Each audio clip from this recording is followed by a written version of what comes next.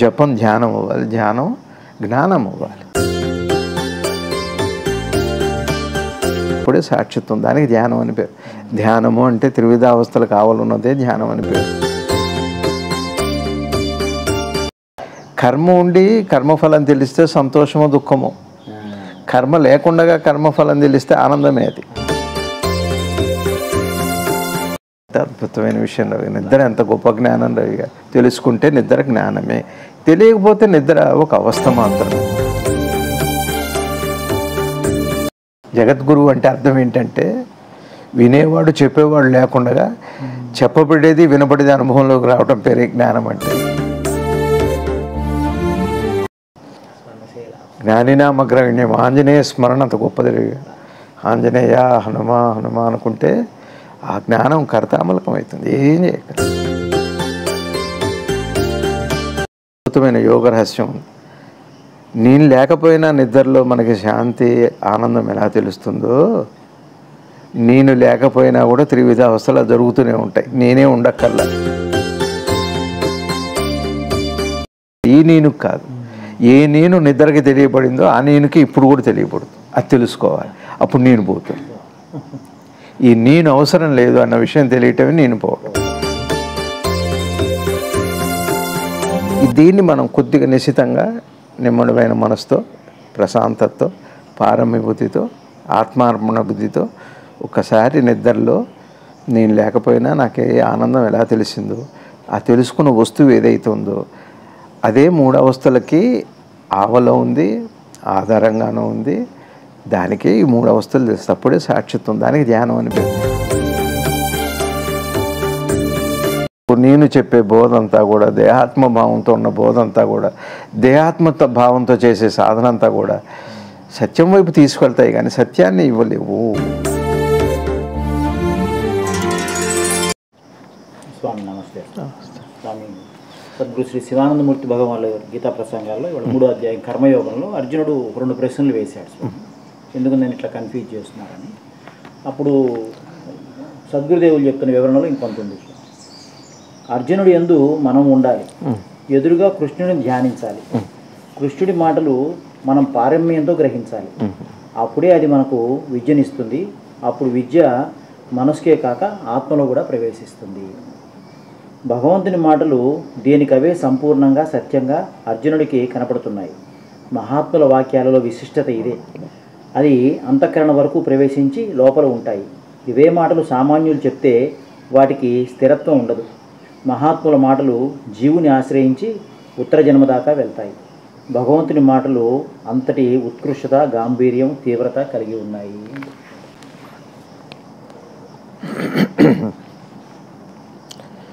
ఓం శ్రీ శివానంద గురుభ్యో నమః. శ్రీ ఆంజనేయ పరబ్రహ్మణే నమః. ఆత్మబంధువులు, ఆత్మస్వరూపులైన అందరికీ నమస్కారం. ఓం నమో భగవతే శ్రీ శివానందాయ. వసుదేవ సుతం దేవం కంసచారూణమర్దనం దేవకీ పరమానందం కృష్ణం వందే జగద్గురుం. శ్రీకృష్ణ పరమాత్మలు వారి పాదపద్మాలకి ప్రణమిలుతూ వారిచే అనుగ్రహించబడిన గీతాసారాన్ని మనం సద్గురుదేవులు వివరణ చేయగా విచారణ చేస్తూ అర్థం చేసుకునే ప్రయత్నం చేద్దాం.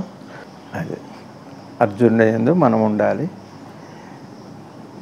ఎదురుగా కృష్ణుని అంటే అర్జునుడి యందు మనం ఉండాలి అంటే సద్గురుదేవులు చెబుతున్నారు. అర్జునుడి యందు మనం ఉండటం అంటే పారమ్య బుద్ధి ఉన్ను ఆత్మార్పణ బుద్ధి మనసులో ఉండాలి అని. అర్జునుడి యందు మనం ఉండాలి అంటే ఇప్పటికే అర్జునుడిలో ఏ పారమ్య బుద్ధి, ఏ ఆత్మార్పణ బుద్ధి ఉందో అది ఇప్పుడు మన మనసులో ఉండాలి. అది అప్పుడు అట్లానే ఎదురుగా పరమాత్మ ధ్యానించాలి. అంటే అర్థం ఏమిటి అంటే ఇది రాగానే ధ్యానం కింద అంటే శుభేచ్ఛ కలుగుతుంది, పరమాత్మ అనుగ్రహం కలుగుతుంది, పరమాత్మ యొక్క బోధ మనకు అందుతుంది అని సద్గురుదేవులు మనకి చెబుతున్నారు. కృష్ణుని మాటల్ని అది అందుకనే ముందుగా మాట అన్నారు. మనం గ్రహించాలంటే మనకేం ఉండాలి? ఏదైనా ముఖ్యంగా ఆత్మవిద్య గ్రహించాలంటే పారమ్య బుద్ధి ఉండాలి. పారమ్య బుద్ధి అంటే పరము యందు ఏదైతే పరము ఉందో దాని యందు ఒక శుభేచ్ఛ అంటాం కదా, పెద్దలు చెబుతారు, అది ఉండాలి మనకి. కావాలని తృష్ణ, సత్యం కావాలని తృష్ణ, ఒక మాటలో చెప్పాలంటే పురుషార్థం. తర్వాత అప్పుడు అది మనకి విద్యనిస్తుంది. అది చూసారా, ఏదైతే విద్య అన్నారో విద్య అంటే ఇది కాదు, ఏది ఎంబీఏ ఎంబీబీఎస్ అవి కాదు. విద్య అని అంటే కేవలం ఆత్మవిద్యయే విద్య. ఏదైతే పారమ్య బుద్ధి ఆత్మార్పణ బుద్ధి ఉంది అది విద్యకి. విద్య అంటే స్వరూప దర్శనం కలగటం, స్వరూప జ్ఞానం కలగటం, అట్లా పరమాత్మ యొక్క తత్వం అర్థమవటం, దాని పేరు విద్య. అదే విద్య అంటే. ఇది చదువు మాత్రమే, ఇది చదువు మాత్రమే. ఇది కొనుక్కుంటే వస్తుంది, చదువుకుంటే వస్తుంది.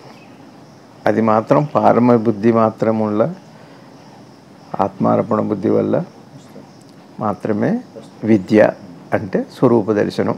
అర్థం ఏంటంటే అప్పుడు ఆ విద్య మనసులోనే కాక ఆత్మ యందు ప్రవేశిస్తుంది.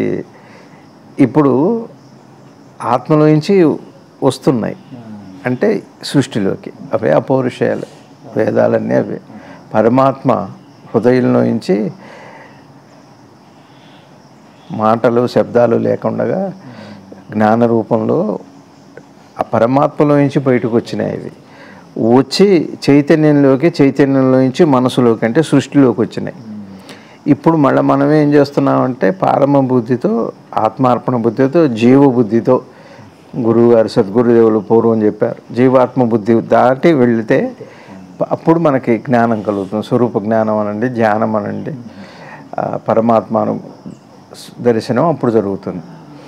అందుకని అట్లా లోపలికి వెళుతుంది. మళ్ళీ ఆత్మలోకి వెళుతుంది అంటే దాని అర్థం ఏమిటి అంటే అంతఃకరణ దాటి ఆ విద్య లోపలికి వెళుతుంది అంటే అర్థం ఏంటి అంటే అనంతంగా మళ్ళీ తిరిగి అందటానికి ఈ చైతన్యంలో ఉండి నిక్షిప్తమై మళ్ళీ తిరిగి ఈ సృష్టి భావం ఉన్నంత వరకు, జీవభావం ఉన్నంత వరకు, జగద్గురు ఉన్నంత వరకు ఇది అందుతూనే ఉంటుంది. కృష్ణ పరమాత్మ జగద్గురువు కదా.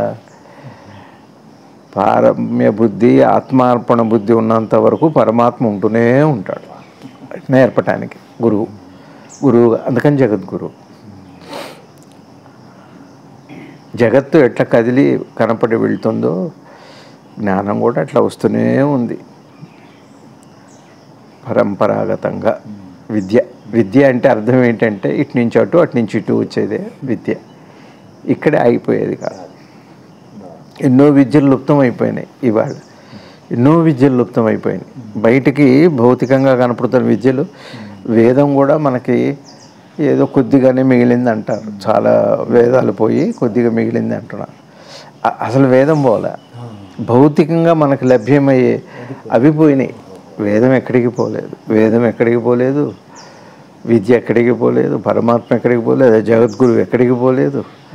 అట్లా పరమాత్మ ఇక్కడ ఒక మాట ఏమిటంటే పరమాత్మ విద్య రూపంలో ఎప్పుడూ ఉన్నారు. జగద్గురువు అంటే విద్యారూపంగా సంస్థితమై ఉన్న ఆ జ్ఞానం వివేకం ఏదైతే ఉందో అదే జగద్గురువు అంటే. భగవంతుని మాటలు దేనికవే పూర్ణం. మీరు ఏదైనా ఎక్కడి నుంచైనా మొదలుపెట్టచ్చు. మీరు ఆకాశాన్ని ఎక్కడి నుంచైనా చూడొచ్చు కదా, సూర్యుడిని ఎక్కడి నుంచైనా చూడొచ్చు కదా. ముఖ్యంగా ఆకాశం అంటేనే బాగుంటుంది. దేశకాలాల నిమిత్తం లేనిది ఆకాశం. అసలు దేశకాలాలకి కూడా ఆధారం ఆకాశమే.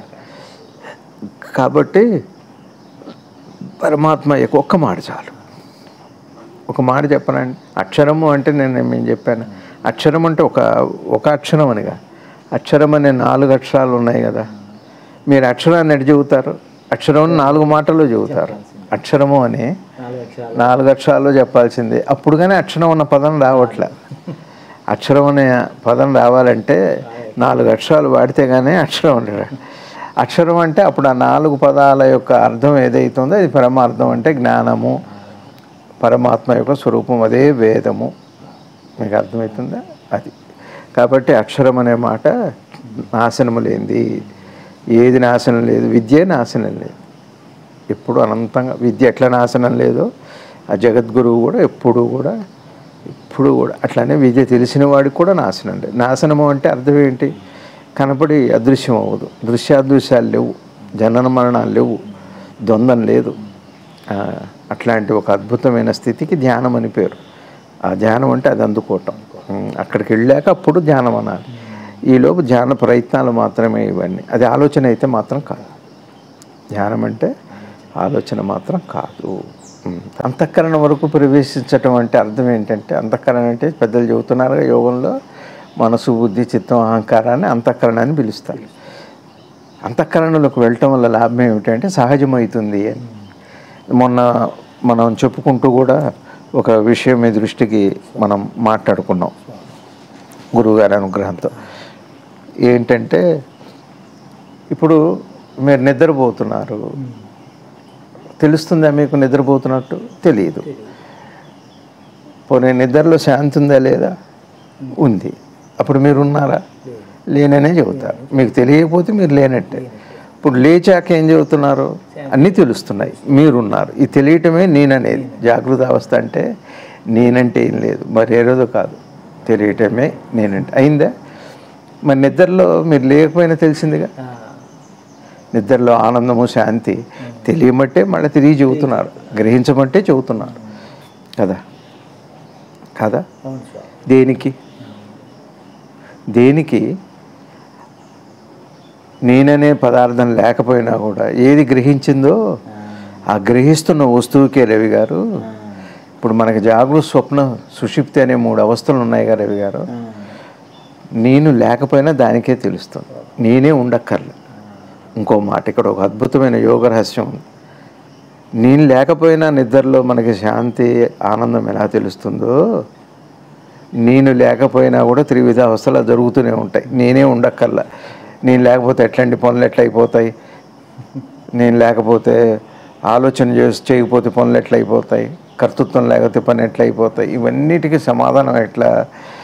మరి నేను లేకపోతే ఆనందమే తెలుస్తున్నప్పుడు కర్మ ద్వారా మనకు వచ్చే సంతోషం తెలియదా? ఆనందమే తెలుస్తున్నప్పుడు ఏది లేకుండా, కర్మే లేకుండా కర్మ ఫలం ఏది ఉందో అది తెలుస్తున్నాం. కర్మ ఉండి కర్మఫలం తెలిస్తే సంతోషమో దుఃఖమో, కర్మ లేకుండా కర్మఫలం తెలిస్తే ఆనందమే. అది కర్మఫలమేగా నిద్ర. మీకు అర్థమవుతుంది రవి గారు? త్రివిధావస్థల్లో రవి గారు, ఇప్పుడు నా జ్ఞానం ఎడ తెలుస్తుంది? చేసుకునేవాడు ఎవడు?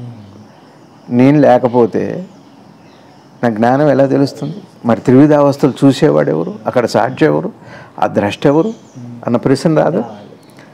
దీన్ని మనం కొద్దిగా నిశితంగా నిమ్మడమైన మనసుతో, ప్రశాంతతతో, పారమ్యబుద్ధితో, ఆత్మార్పణ బుద్ధితో ఒక్కసారి నిద్రలో నేను లేకపోయినా నాకు ఏ ఆనందం ఎలా తెలిసిందో, ఆ తెలుసుకున్న వస్తువు ఏదైతే ఉందో అదే 3 అవస్థలకి ఆవలో ఉంది, ఆధారంగానూ ఉంది.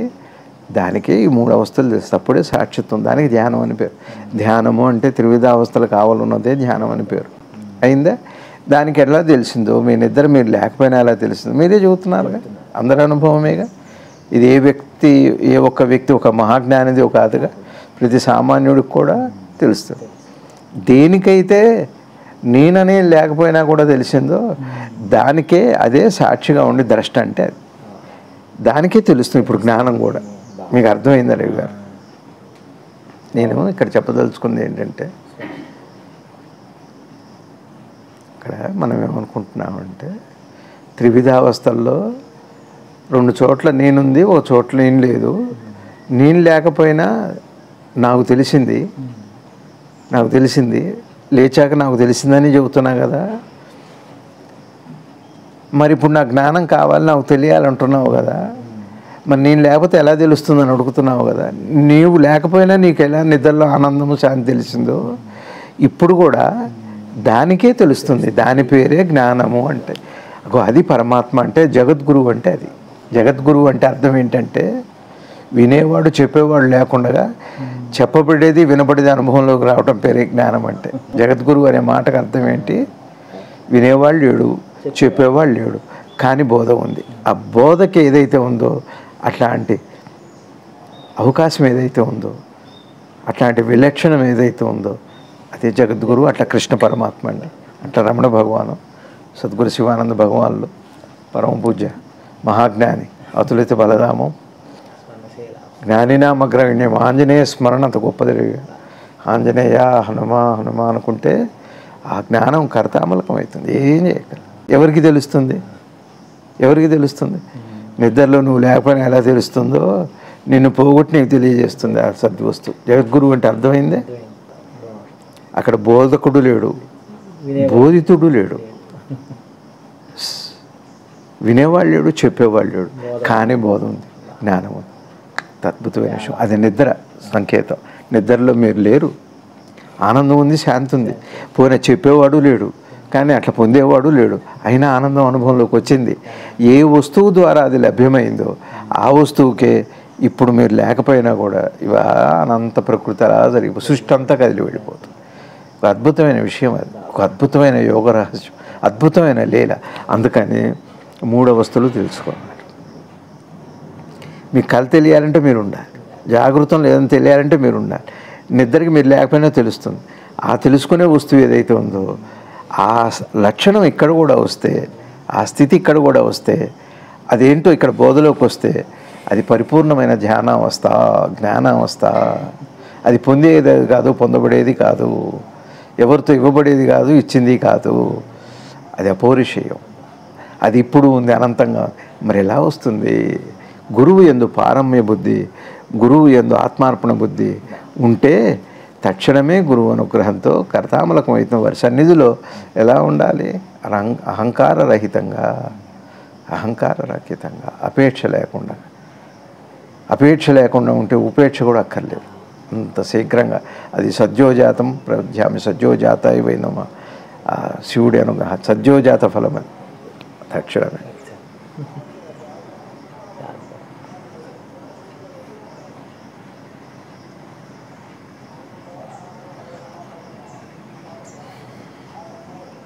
అద్భుతమైన విషయం అది. ఒకసారి కొద్దిగా మనసు, కొద్దిగా ఆహార నియమం పెట్టుకొని సాత్విక ఆహారం తీసుకుంటూ కొద్దిగా మాట కొంచెం హితంగా సాత్వికంగా ఉండి సత్వంతో ఉంటే చక్కటి జ్ఞానం అందరికీ కుల మత భేదం లేకుండా దేశకాలాలు అతీతంగా ఏది చదవక్కర్లేదు, ఏవి చేయక్కర్లేదు. మీరు నిద్రలో పొందే ఆనందం ఏ పుస్తకాలు చదివి కాదు, పుట్టుకతోనే వచ్చింది. కళ ఫలితాన్ని నేర్చుకుంటారు.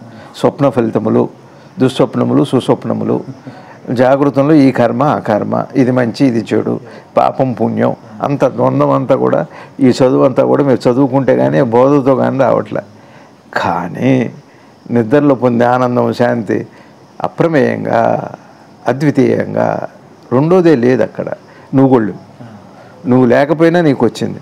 మరి అట్లా చెప్పేవాళ్ళు ఎవరు ఉన్నారంటే అది తెలియదు. అద్భుతమైన విషయం రవి. నిద్ర ఎంత గొప్ప జ్ఞానం రవిగా. తెలుసుకుంటే నిద్ర జ్ఞానమే, తెలియకపోతే నిద్ర ఒక అవస్థ మాత్రమే.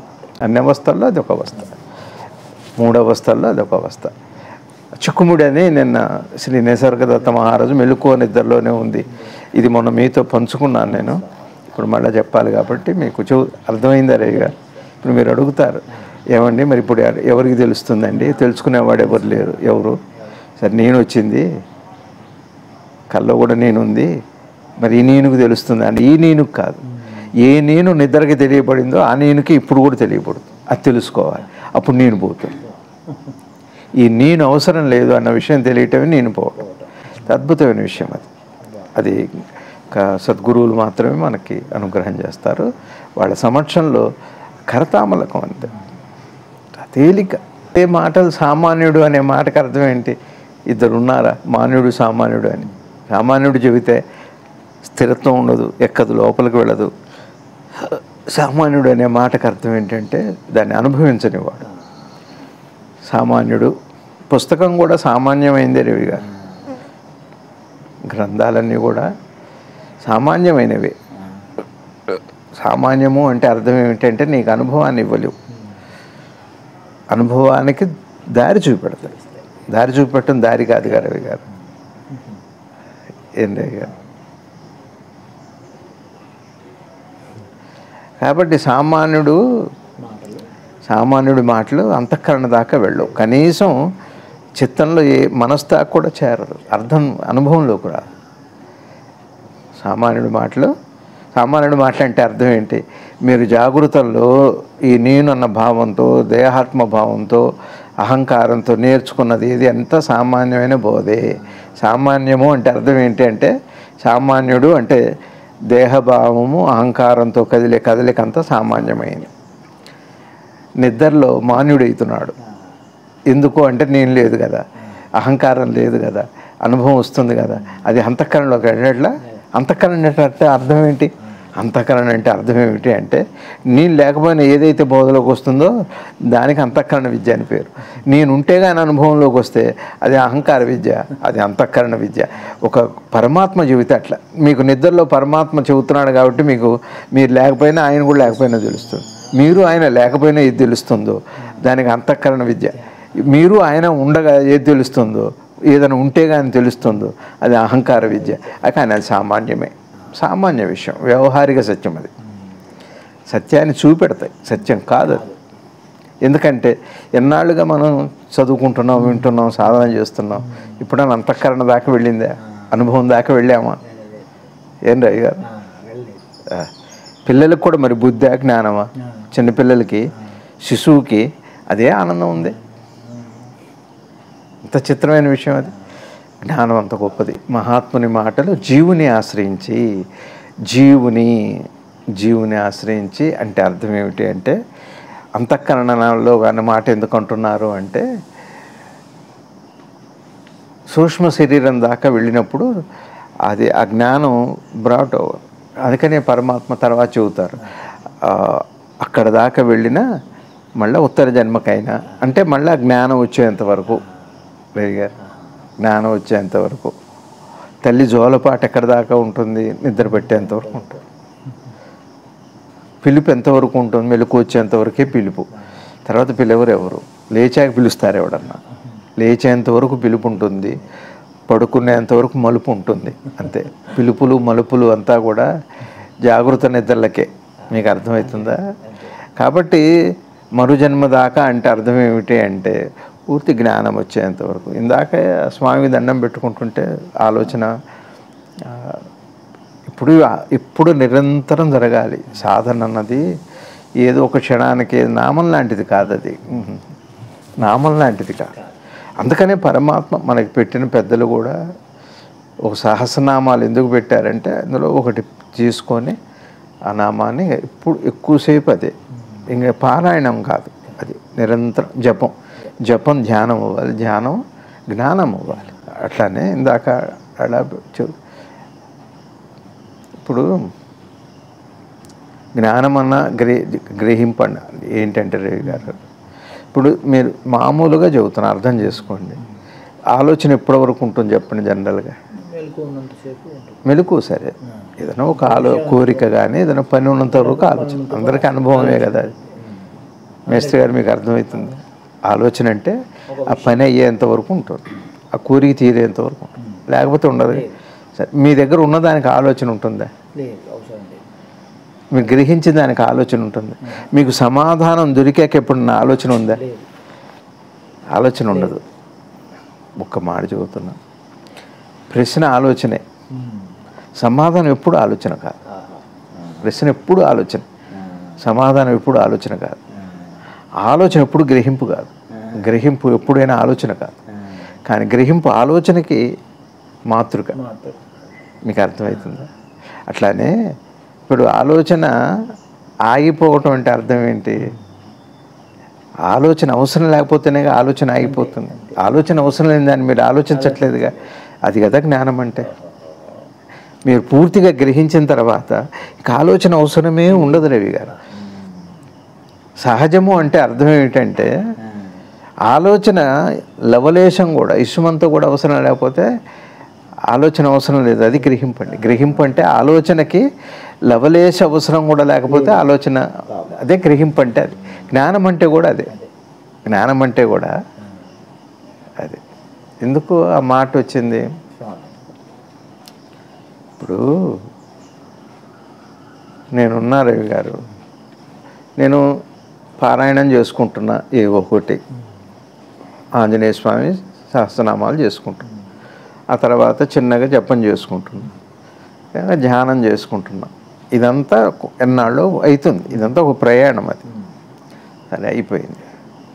ఇక్కడ మీకు స్థూల శరీరము, సూక్ష్మ శరీరం చేసే పని మీద మీకు ఒక అవగాహన వచ్చిందనుకోండి, చేసేవాడెవరు, చేయబడేది ఏమిటి, చేస్తున్నది ఎవరు అన్న విషయం మీకు తెలిసింది అనుకోండి, చేశాక అప్పుడు ఇవన్నీ వదిలిపోతాయి. దానికి ధ్యానం అని పేరు. మీకు అర్థమైంది అంటే అర్థం ఏంటి? చేస్తున్నదే ఏదైతే జపం చేస్తుందో, దేనికోసం చేస్తుందో, మనసే పరమాత్మ అని తెలుసుకునేంతవరకు మనసు ప్రయత్నం చేస్తూనే ఉంటుంది. మనసే పరమాత్మ అని అర్థమైనప్పుడు దానికి పవిత్రమైన మనసు అని. మనసు ఆత్మ ఒకటే అంటే పవిత్రమైన మనసుకే ఆత్మ అని పేరు. మనసు ఎప్పుడైతే తనే పరమాత్మ అంటే ఏది కదులుతుందో అదే పరమాత్మ అని అర్థమైన తర్వాత ఇంకా దేనికి కదులుతుంది అది? ఇంకా అది ఆలోచన సాగదు, ఇంకా ఆలోచన ఉండదు. మనసుకి ఆలోచన, శరీరానికి క్రియ ఉంటుంది కదా, మీకు అర్థమవుతుంది. మనసే దేహంతో కలిసి జపాలు, ధ్యానాలు, పూజలు, భయం వచ్చింది కాబట్టి ధ్యానం చేస్తుంది, జపం చేస్తుంది, ఆశ్రయిస్తుంది. శరీరంతో మనసు కలిసిన తర్వాత, రవి గారు మీరున్నారు, మీకు మెలకు వచ్చింది, ఏదో భయం, ఆందోళన, కోరికలు వస్తున్నాయి, ఏవో పూజలో పునస్కారాలు, ఆశ్రయాలు ఏవో జరుగుతున్నాయి, ఏవో పరిష్కారాలు అంటున్నారు. అయిందే ఒక క్షణం మనసు శరీరం వదిలిపెట్టిన తర్వాత అవి పోగానే మనసు ఏమైనా జపం చేసినట్టు మీకు ఎరుకులో ఉందా? ఏమన్నా నామం కానీ, హనుమాన్ చాలీసా కానీ, లేకపోతే మరి ఎందుకని దీన్ని వదిలేక అది చేయదు. అట్లానే దీన్ని వదిలేక అది చేయకుండా ఉండలేదు, చేయలేదు కూడా. దీంతో సంబంధం ఉన్నంతసేపు అది చేయకుండా ఉండలేదు, చేస్తూనే ఉంటుంది. ఏదో ఒక భయమో, దేహం సందేహం అన్నారు కదా, అంటే మనసు శరీరంతో సంబంధంలో ఇవి జరుగుతూనే ఉన్నాయి. ఈ విషయం మనకు మనసుకి దేహంతో సంబంధం వల్లే మనసుకి ఇవన్నీ వచ్చినాయి అని మీకు మనసుకు తెలిసాక ఇంకా మనసు ఏం చేస్తుంది అంటే ఈ దేహాంతో సంబంధాన్ని వదలదు. సంబంధం ద్వారా వచ్చిన వాటిని మనసు వదిలిపెడుతుంది. అదే జ్ఞానం అంటే. ఇంకా అప్పుడు భయపడదు, ఇంకా దేన్ని కోరదు. అది మీకు అర్థమవుతుంది. జపం కూడా చేయదు. ఎదురుగా శివుడు కనపడ్డాడు అనుకోండి, శివుడు కనపడితే చూస్తుంది అంతే. మరి గురువు గోవిందుడు ఒక్కసారి కనపడితే ఎవరికి దండం పెడతారు అంటే, గురువు గోవిందుడు ఒక్కసారి కనపడితే మీరు ఎవరికి నమస్కారం చేస్తారు అంటే గురువుకే నమస్కారం చేస్తామని అంటారు. అంటే అర్థం ఏమిటి అంటే, గురువు అంటే మనసు ఏం చేస్తుంది అంటే తన వైపు తను చూసుకుంటుంది. గోవిందుని వదిలిపెట్టామంటే ఆ గోవిందుని బయట వదిలిపెట్టి లోపల చూస్తాం, అది గురువు అంటే. బయట గోవిందుని వదిలిపెట్టి మనసు అతన్నే గోవిందుడిగా చూసుకుంటుంది, ఇక బయట గోవిందుడితో పని. అది గురుత్వం అంటే, జ్ఞానం అంటే అది. గురువు గోవిందు ఒకసారి మీ ఎదురుగా నిలబడితే అని మేము ఇంటర్మీడియట్లో చదువుకున్నాం. ఇప్పుడు తెలిసింది అనుకోండి. మనసు దేహంతో సంబంధం పెట్టుకొని భయపడుతుంది, బాధపడుతుంది. మనసు దేహం సంబంధం ఏమిటో తెలుసుకొని భయాన్ని బాధని వదిలిపెడుతుంది. వదిలిపెట్టడం దాన్ని వదిలిపెడుతుంది, దేహాన్ని ఉన్న ప్రపంచాన్ని. అది జ్ఞానం. అప్పుడు ఏం చేస్తుందో తెలుసా అండి, ఇంక జపం చేయటానికి ఏముంది? అసలు మీరు జపం చేసేదే దేహ సంబంధంతో, దేవుడు పూజ చేసేదే దేహ సంబంధంతో. ఈ సంబంధం వల్ల నేను పూజ చేస్తున్నానని తెలిసిన తర్వాత అబ్బాయి నువ్వు ఇప్పటిదాకా నాతో పెట్టుకుంది స్వార్థం వల్లే అని. నిజంగా ప్రేమ ఉంటే సంబంధాలు ఉంటాయి, కానీ స్వార్థం ఉండదు అక్కడ. అంత గొప్పదిలే వేరు జ్ఞానం. గురువు మాత్రమే ఇవ్వగలరు. మీకు అర్థమైంది అనుకుంటున్నారు? మీకు అర్థమవుతుంది. అర్థమయ్యాక సంబంధం వల్ల ఇప్పుడు నేను జరుగుతుంది క్రియ జరగని బాధ ఏంటి? ఇది తెలిసాక ఏం చేస్తుంది మనసు? ఇది తెలిసాక మనసు ఏం చేస్తుంది అంటే కదిలితే కదలని, ఇంకే భయాలు వికారాలు ఏమి ఉండదు. అది అంతఃకరణలోకి వెళ్ళటం అంటే అది. ఉత్తర జన్మ దాకా. ఉత్తర జన్మ అంటే అర్థం ఏంటి? ఉత్తర జన్మ ఉందా? ఉత్తర జన్మ దాకా వెళ్తాయంటే సరే, వ్యవహారిక సత్యంలో ఉత్తర జన్మ దాకా మళ్ళా జన్మ అనేదానికి ఉత్తరం వచ్చేంతవరకు సమాధానం, జనన మరణాల గురించి సమాధానం దొరికేంత దాకా వెళ్తూనే ఉంటుంది అని ఉత్తర జన్మ దాకా అంటే. అది చూశారు ఎంత బాగుంది భగవంతుడి మాటలు. ఒకసారి అందుకనే సమక్షము అన్నారు. గురువు సమక్షం అన్నా, దైవ స్మరణ అన్నా, స్మరణే గొప్పది. అందుకనే పూజ కంటే జపం గొప్పది, జపం కంటే ధ్యానం గొప్పది అని అంటారు కదా పెద్దలు. ఎందుకన్నారు? ఉత్తమం ఉత్తమం ఉత్తమం. పూజ చేయటం మధ్యమము, జపం చేయటం మధ్యము, పరమాత్మని భక్తి హృదయంలో పెట్టుకోవటం ఉత్తమం. ఎక్కడో చోట వీటిని ఉత్తమం అన్నదాన్ని పట్టుకుంటాడుగా ఎవరైనా. మంచి బాగా బెస్ట్ క్వాలిటీ అంటారు, ఉన్నదాంట్లో బెస్ట్ క్వాలిటీ అంటారు అల్టిమేట్గా. అట్లానే ఉత్తర జన్మ దాకా అంటే అంత అద్భుతమైన మన సంప్రదాయం అంత గొప్పది. ఇక్కడే ఆగొద్దు, ఇంకా ముందుకు వెళ్ళి ఇంకా బెటర్. అది తీవ్రత అంటే ఇక అంత ఉత్కృష్టత, గాంభీర్యత, తీవ్రత. భగవంతుని మాటలు అంటే ఆత్మ చెప్పే మాటలు, గురువు చెప్పే మాటలు అంతా. ఇక చూడండి, నిద్ర మీతో మాట్లాడట్లేదా? నిద్ర రోజు మీతో మాట్లాడలేదా? మిమ్మల్ని స్పృశించట్లేదా? ఎంత గాంభీర్యత, ఎంత స్పష్టత, ఎంత తీవ్రత ఉంది. గాఢ నిద్ర అంటారు. గాఢ జాగృతి అని ఎక్కడ అనలా, గాఢ స్వప్నం అనలా, గాఢ సుషుప్తి, గాఢ నిద్ర. అదే గాఢమైంది, అదే ఉత్కృష్టమైంది. ఎవరైనా ఈ హద్దు తప్పితే కోరుకోరు, అది ఉత్కృష్టం, అది తీవ్రత, గాఢమైంది నిద్ర. అట్టనే పరమాత్మ కూడా అంత గాఢంగా ఉంటుంది ఆయన బోధ. ఇంకా మళ్ళీ ఎప్పుడు పడిపోయే అవకాశమే లేదు. మళ్ళీ లేస్తే మెలకువతో లేవటమే కానీ అజ్ఞానంతో లేవటం ఉండదు. అద్భుతమైన విషయం అది. కాబట్టి గురువుగారు పరమాత్మ యొక్క వైభవాన్ని ఇక్కడ చెబుతున్నారు. అది భక్తి. ఇక్కడ గురువుగారు ఈ మాటలు ఎందుకు చెబుతున్నారంటే, పారమ్య బుద్ధి అంటే అది. పారమ్య బుద్ధి అంటే భగవంతుని మాటలు ఎప్పుడు కూడా తీవ్రంగాను, గాఢంగాను, ఉత్కృష్టంగాను ఉంటాయని నమ్మే మనసుకి కలిగిన విశ్వాసానికి పారమ్య బుద్ధి, ఆత్మార్పణ బుద్ధి అప్పుడు వస్తుంది. ఇంకా ఆయన చెబితే అంతే, ఫైనల్ అంతే. ఇంకా అట్లా భగవాన్ దగ్గర ఉండేవారు. అయితే గురువు మీద కూడా అది అట్లా తీవ్రత అంతే. అసలు మనసులో శంక పుట్టే అవకాశమే లేదు.